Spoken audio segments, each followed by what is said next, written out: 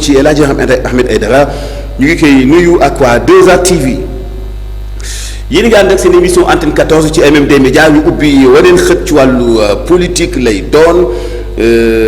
waaw wala déet am na ñoo xam ne dañu jàpp ni réponse bi président Bassirou Diomaye Faye joxe woon ci bi ñu ko laajee ñetti weer bi mu jàkkaarloo taskatu xibaar yi amagul majorité qualifiante bu koy permettre li mu bëgg ci dissoudre institution yooyu mu mën koo def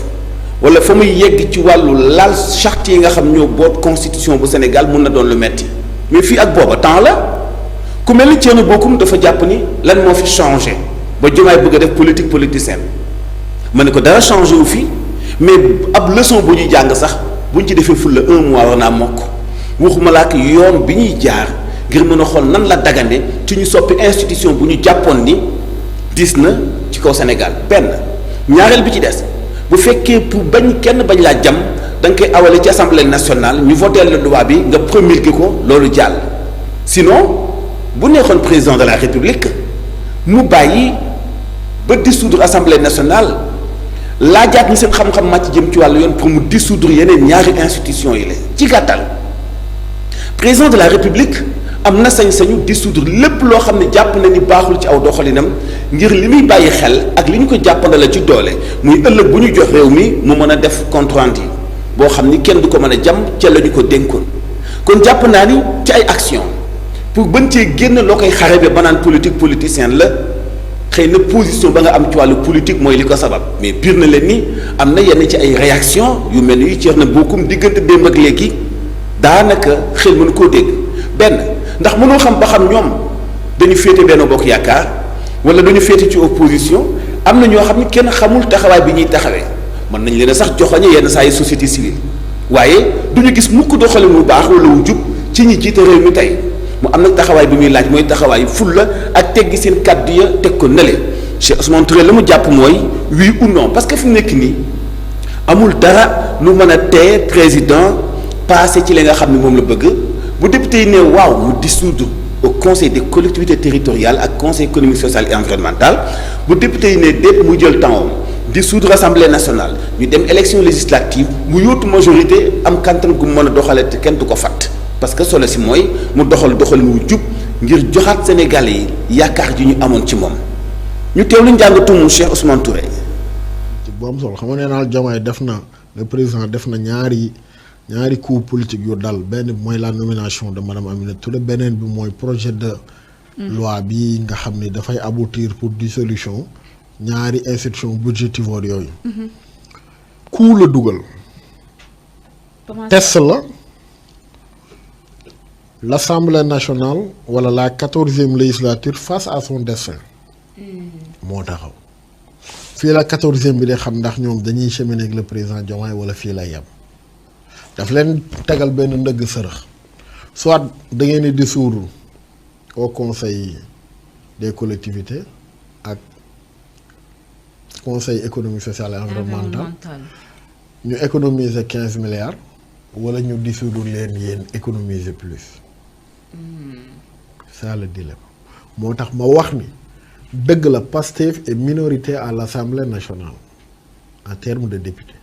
mais en termes d'intérêt Pastef est majoritaire à l'Assemblée nationale 80% députés yi nekk assemblée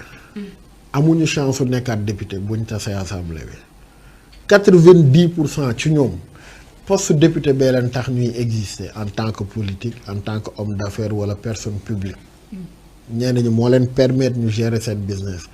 garantie bi leen statut député may moo leen permettre ñu dem defi prêt def seeni business léegi foofu dilemme buy pousser mooy sama intérêt crypto personnel wala l'intérêt du parti wala l'intérêt de X ou Y gars yi dañuy def leur intérêt crypto personnel dañuy voter projet de loi foofu Abdou Mbow li mu bëgg du am ndax Abdou li mu bëgg mooy sauver son patron politique. Abdou Mbow lu mu bëgg dafa mel ni ko yow nga jàpp ne Abdou Mbow kese wala ñenn si. waaye Abdou Mbow li mu bëgg bien sûr Abdou Mbow c'est l'avenir de son patron politique Abdoulaye Daouda Diallo qui est en jeu.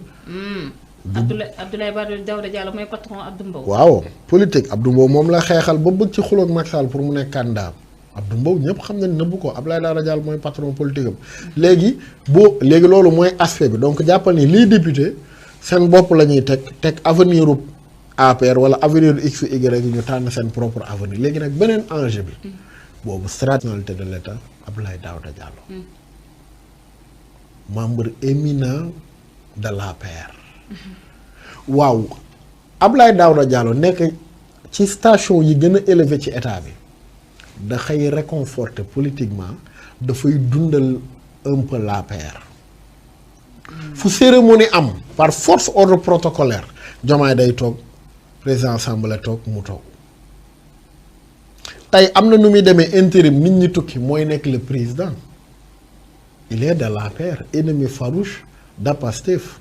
stratégie politique loolu erreur la nga bàyyi les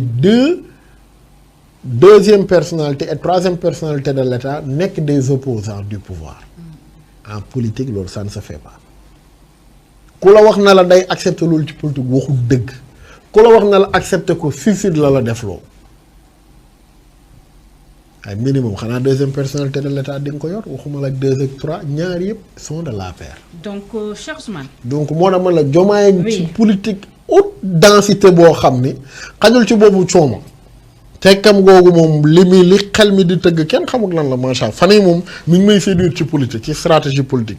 léegi boo génnee foofu. tu élimines Abdoulaye Daouda Diallo xam nga Amadou Mame Diop du figure éminemment politique. il ne dérange personne politiquement mais Abdoulaye Daouda Diallo figure politique la avec des ambitions politiques bëgg récupérer l'appareil de l'APR am